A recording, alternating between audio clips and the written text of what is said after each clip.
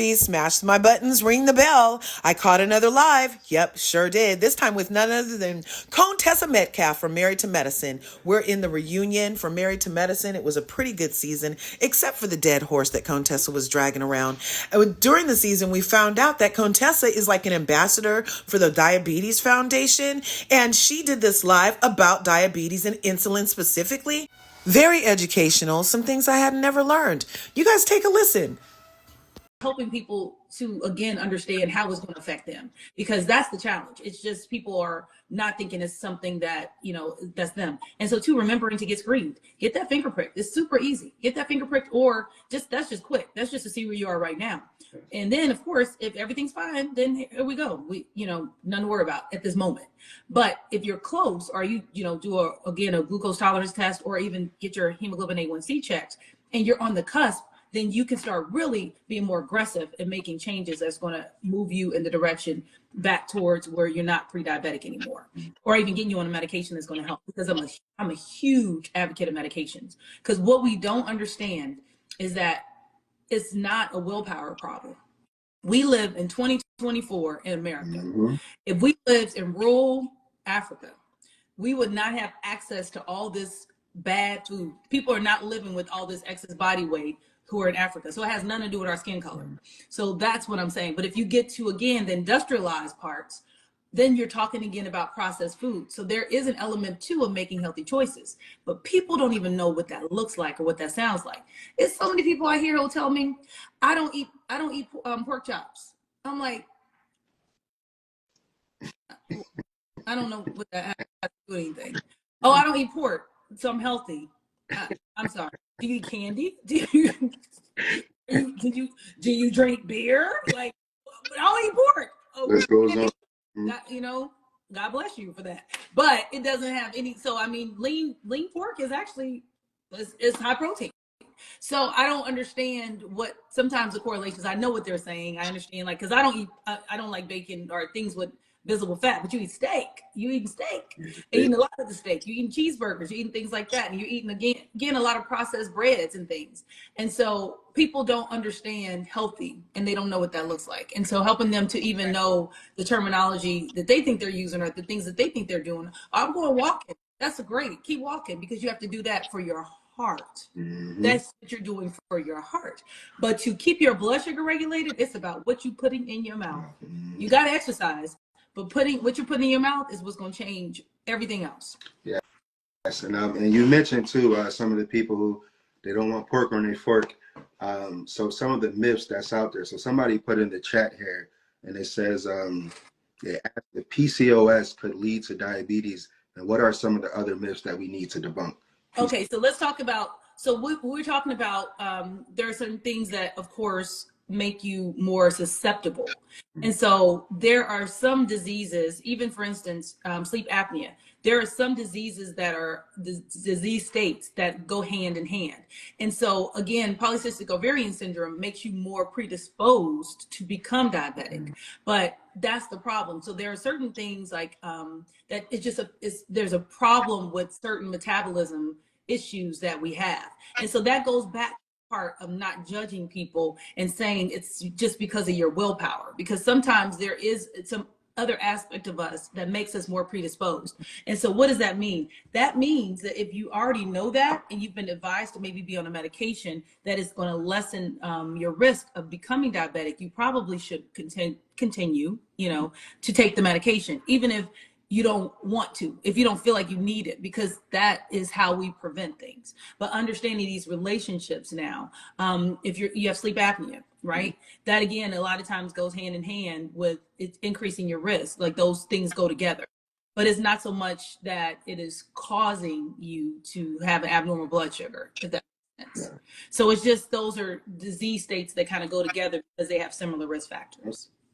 Okay, and if you can, you'll probably, well, I know you can do a better job at it, but someone asked, what's the difference between type 1 and type 2 diabetes? So so the terms are, when we say type 1 and type 2, we really should be saying more like insulin dependent and not insulin dependent, because even people who, so when you talk, we used to say type 1 and we're talking about autoimmune diabetes, that means your pancreas, for whatever reason, there's antibodies that attacks your pancreas and makes it not create the insulin that it's supposed to.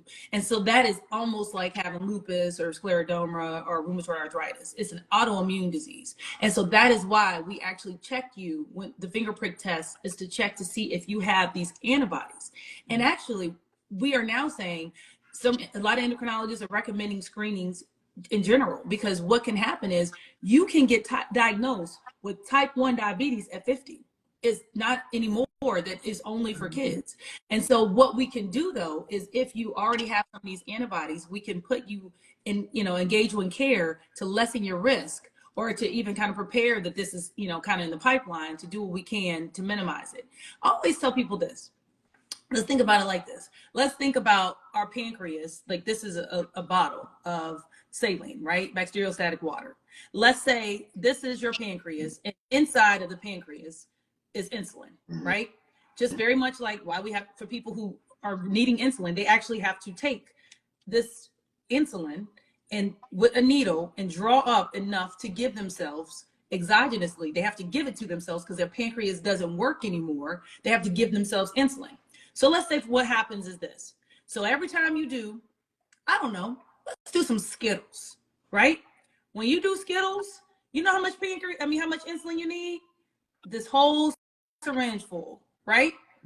That's how much insulin you need for your blood sugar to get cleared from all that glucose. That's how much insulin you need. But guess what? If you do lean chicken breast, you know how much you need? So that's what we're talking about. Or we need spinach. We got spinach. That's all. Or when we do cake, wedding cake, oh my God, when you're doing cake, when you're doing cookies, when you're doing ice cream, when you're doing soda, here, let me just get 12 of these. Matter of fact, this ain't even enough. This, and let me get you another bigger. This is what we need for soda. You need a bigger one. That's how much insulin you need for your body to metabolize a soda. And so what happens over time? What happens over time?